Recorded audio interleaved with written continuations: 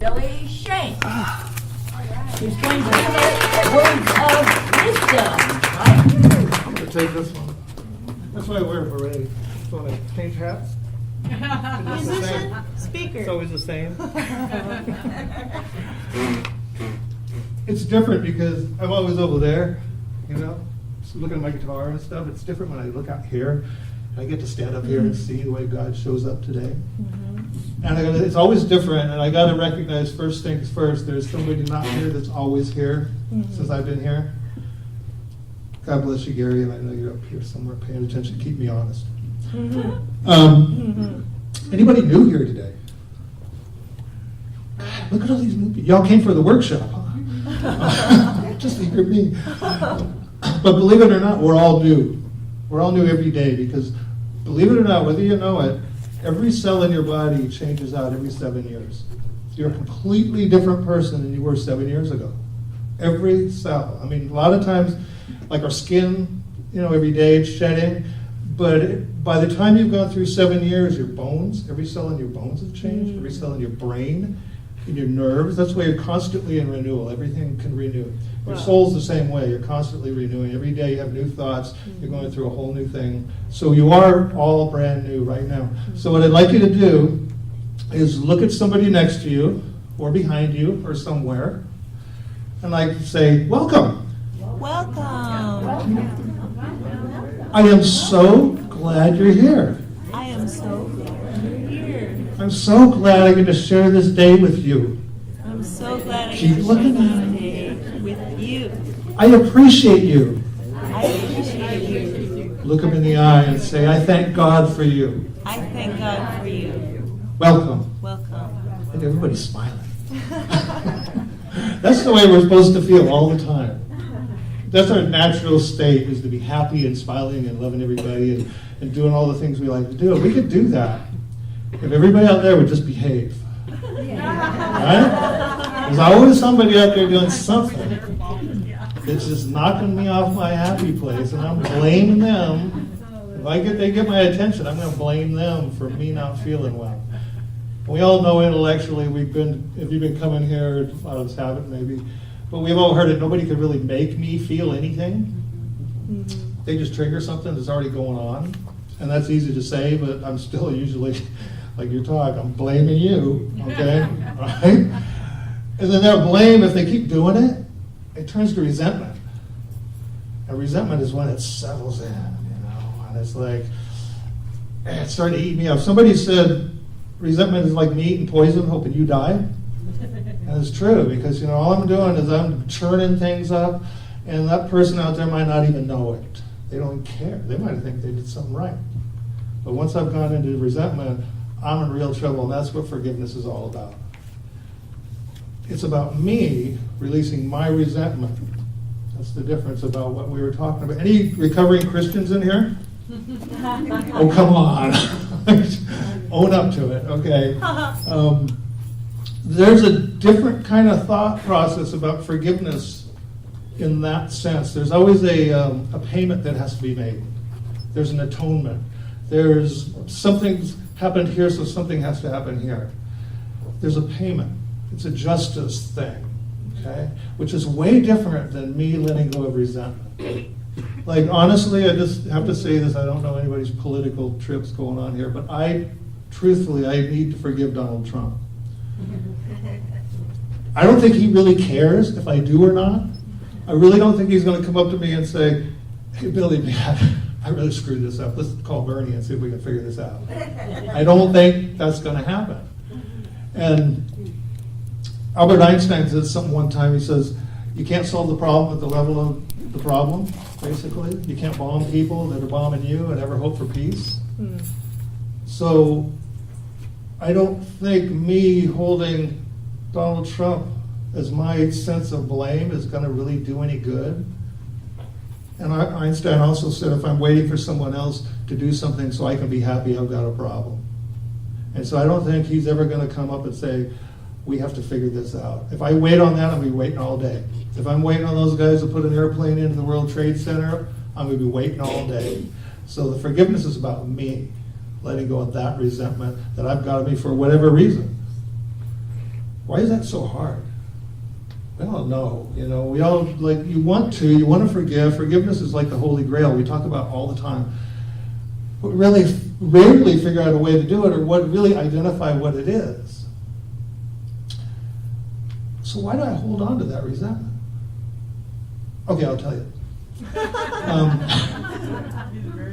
Because it's way easier for me to blame you than me. Blame that guy at work, blame Donald Trump, blame whatever. It's way easier for me to blame them so I can think I feel a little bit better. But that never really works, because then I'm just blaming again. And I have to take responsibility for where I stand on that thing. And then you say, well, what do you mean responsibility? He's the guy who did it. Whoever, it could be anything. The kids that made fun of me at school, or the guy that ran over my dog. He did it. What's my responsibility? Well, it's my responsibility to heal. We talk about healing and forgiveness all the time, but rarely do we talk about what needs to heal. We just talk about healing like it's some thing that just happens, okay? You like my shoes? Yeah. I don't want to change the subject or anything, but I want you to see my shoes. These are my dad's shoes. If you know me, I'm not a shoe guy. I'm a beach guy. I'm in slacks and shorts most of the time. But my dad made his transition not too long ago. I took his shoes. Not like right off him, but his wife brought them out of the closet and said, "You want them?" I said, "Yeah." Well, they're cool. I don't have any shoes like this, but they're a little bit big, and they've got that slippery bottom. I don't know what that's all about, but it'd be really easy if I'm not paying attention. I could slip off this podium, I could slip off a curb and tweak my ankle. And I could hurt a lot of different things. I've hurt my ankle a lot of times. But it could be a bone, could be a ligament, could be a tendon, could be a bursa, could be a nerve, could be a lot of things. But all I know is it's swelling up, hurts like crazy, and I can't walk. Well, they don't go back and kick the curb. Maybe, I'm a guy, maybe once. Can't help ourselves, can we, guys? But only once, it never really helps, okay? But that's what we do with our resentment. We just keep kicking the curb, kicking the curb, kicking the curb, never figure out how to heal it. It's just, we just keep kicking that curb until it's normal. And then that pain is normal. And once that pain settles in, it's just eating us alive, and we don't even know why. All we know is we're PO'd, we're really bad. And that's where usually it comes down to when somebody's messed with us or done something we think, we need to forgive them, we're just mad. We're not thinking about healing. We're not thinking about how did I get hurt? What do I need to do? Well, that's what we have to do. If we're ever going to truly forgive anybody for anything, we have to do our work. We need to heal. And then that person becomes a non-entity. That thing doesn't even matter anymore. Because once I've healed, I can laugh at it. It's like the Course in Miracles says, you find out forgiveness is about finding out there's nothing to forgive. Because it's about me healing. And there's really only three things that can hurt us at a soul level. And if you come to the workshop, I'll tell you what they are.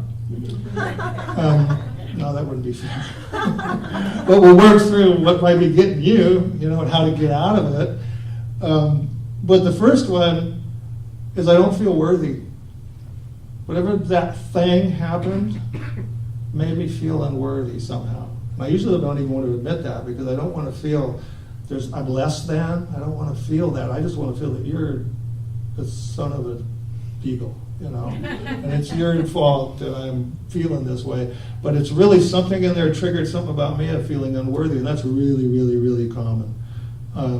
Whole religions are based on telling you you're unworthy and then giving you the solution for it. We don't get to do that here because we're telling you right off the bat you are worthy. But it doesn't really mean that something happens to me and triggers me and makes me feel like I'm not good enough. I'm less than. But that is so wrong, and we know that. We've come to these things long enough, and the fact that we're sitting in these seats, we are so much more. We are necessary. We are the image and likeness of God on this planet right here, right now. We are it, being itself through each and every one of us. Every thought that we have, every time we smile. When we're doing that, God feels that. It's like the first time. We're necessary. We're so much more than worthy. We are necessary to making the infinite more. That's a conundrum, making the infinite more. But that's what we are. That's what we do. That's what every single one of us and everybody out there, even those guys we don't like, that's what we're doing here. So, if I don't feel unworthy, what's another one? The other one is I don't feel loved or even lovable. And I'll put in another word there because we get screwed up with the word love a lot of times. You know, I bet you if I asked anybody in here what love means, you'd all come up with something different. You know, we have lost love, puppy love, agape love, amore love, philos love, what it is, love. But appreciation, we all know what that means, right? So if you substitute that word appreciation for love, all of a sudden a lot of things will make sense. Like when your boss is messing with you, you're probably going to say he doesn't love me. But you might say he doesn't appreciate me. It's the same vibration. Love and appreciation are the same vibration.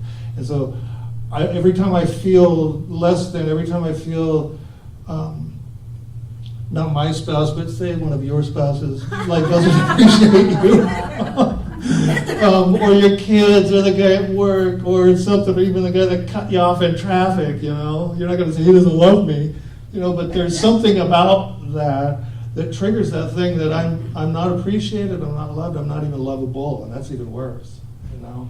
And if we've got this guilt thing going on from our past thing, it's even worse because now I don't think I even deserve it. I'm not even lovable. And boy, when it gets to that spot, because we are loved, the truth is we are loved. We've heard this enough times, but again, it settles in sometimes that I'm not. Somebody does something to me, and I feel like I'm not. Intellectually, I know I am. Spiritually, in my soul, I know I am. Because again, I am the image and likeness of God. I am God incarnated right here with everything around me to give me the most bountiful life I could ever be. And God only wants to give that to me. All I need to do is open up and receive it. So it's there. That's what love is. It's wanting to bestow a more bountiful life. Wanting only the best. And that's what our greater self, you can call it God, you can call it your higher being, you can call it that one source energy, call it whatever you want. That's the truth. And the reason we feel funny when we're not feeling that is because we're against our own, we're thinking against what our higher self knows to be true. And that's why it eats us up, because our mind is thinking about this thing that thinks I'm not worthy, and your higher being is going, are you kidding me? Come on. Why do you think you're here? That's the truth. And the last one that can hurt us at a soul level is insecurity, being afraid. That's what happens a lot of times when people get abused.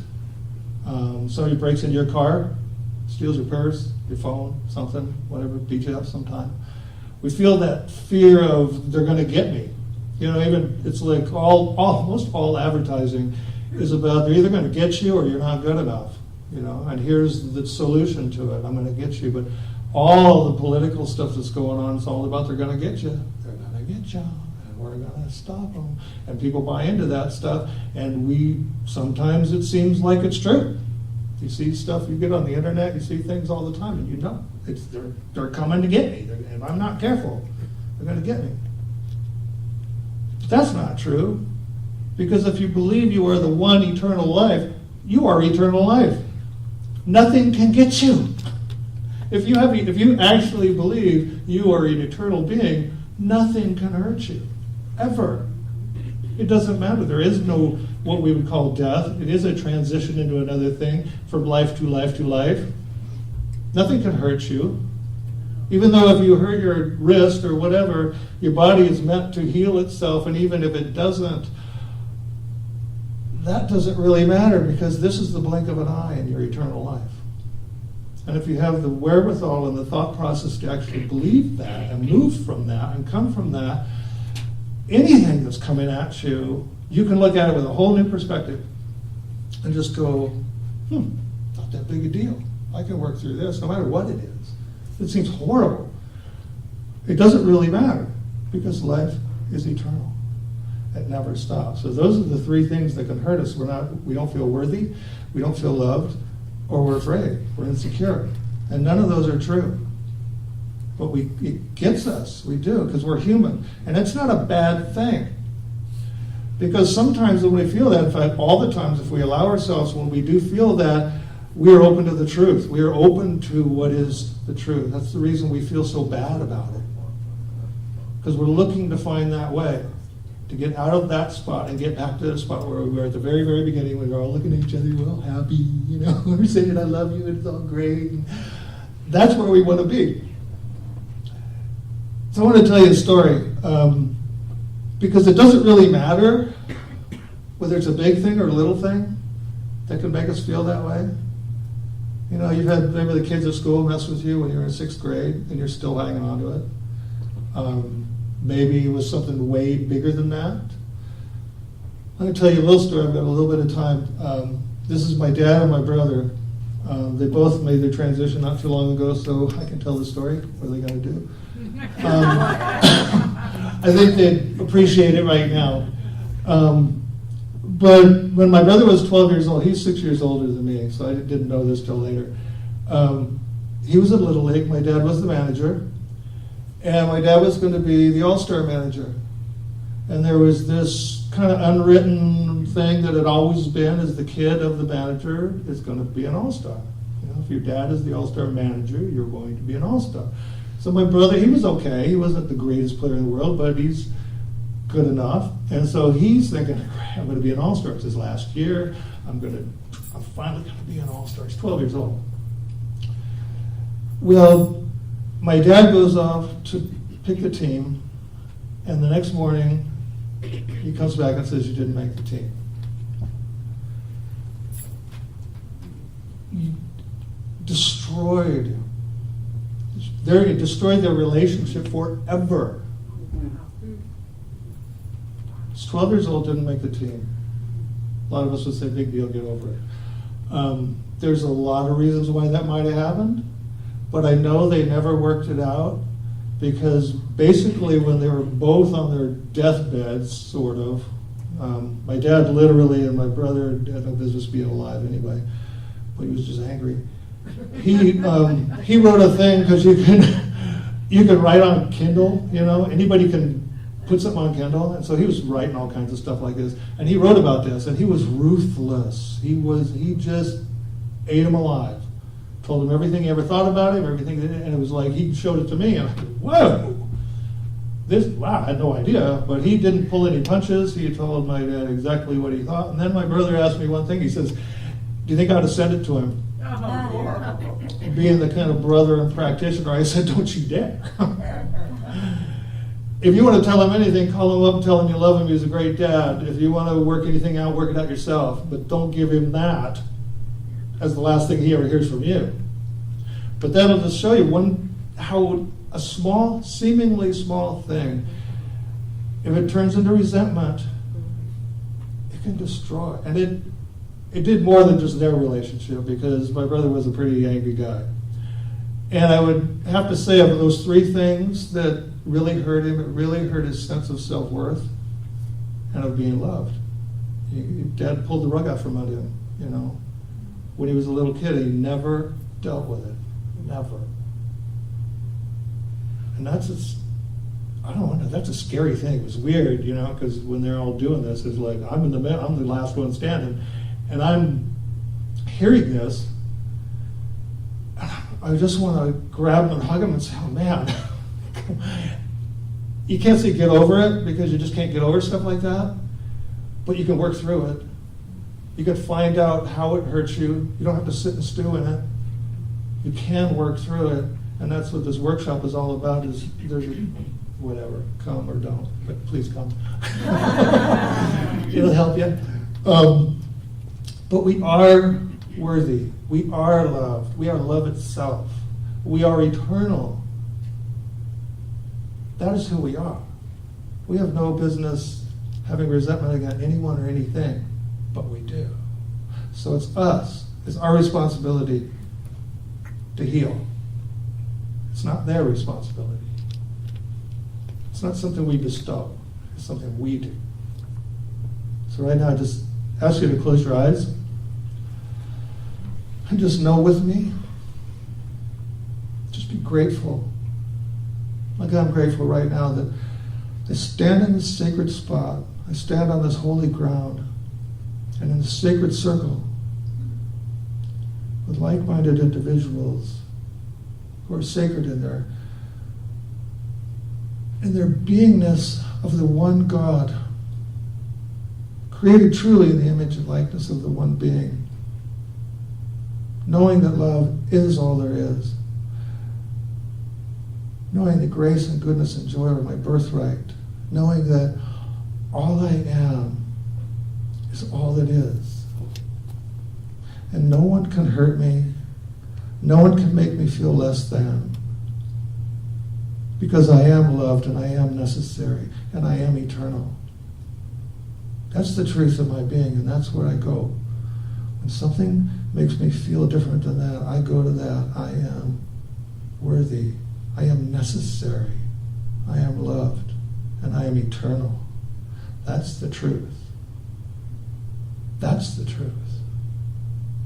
So I let that sink into my being. I let that sink into that subconscious mind, that who is who and what I am. And I just allow it.